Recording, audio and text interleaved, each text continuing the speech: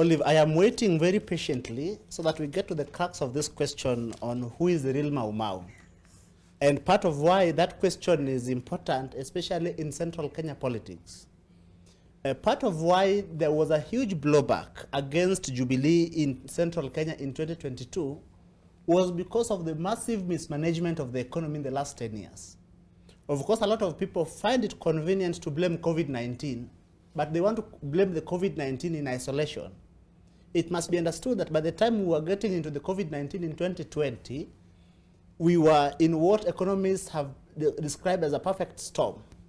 So that we only wanted a small trigger and we would be in economic deep waters.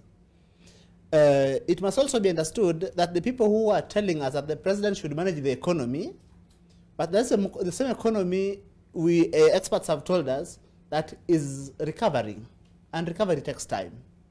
The same people who mismanage the economy were unable to manage their own elections. And besides being unable to manage their own elections, they're also unable to manage their own political parties. So Uhuru Kenyatta showing up at Jubilee headquarters simply demonstrates the lack of touch that is in Jubilee.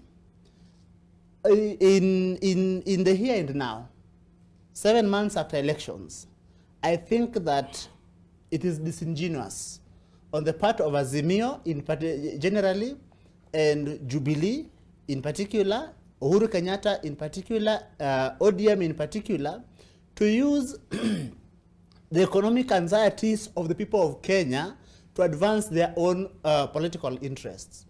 It must be known again that traditionally politics has been organized between capital and labor.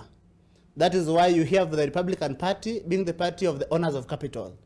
The the Democratic Party being the party of the unions.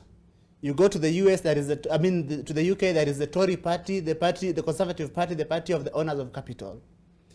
We must tell the people of Kenya that today, the ongoing maandamano is a convergence between the owners of capital and their political agents using the people of Kenya, especially the poor people of Kenya, as political cannon fodder to get back at the president. Because the question of the election is was sufficiently litigated.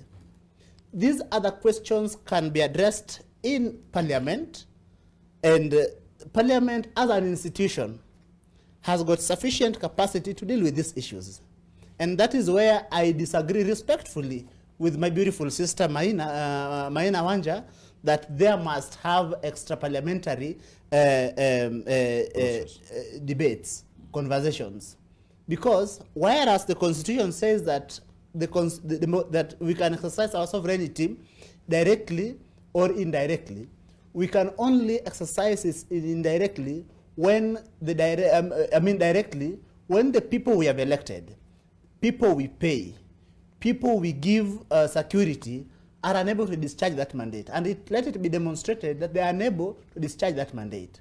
But when you send an MP elected in your ticket, an MP that you nominated through your own process, at least for a moment, don't take people of Kenya for a ride and give them a chance to have value for money.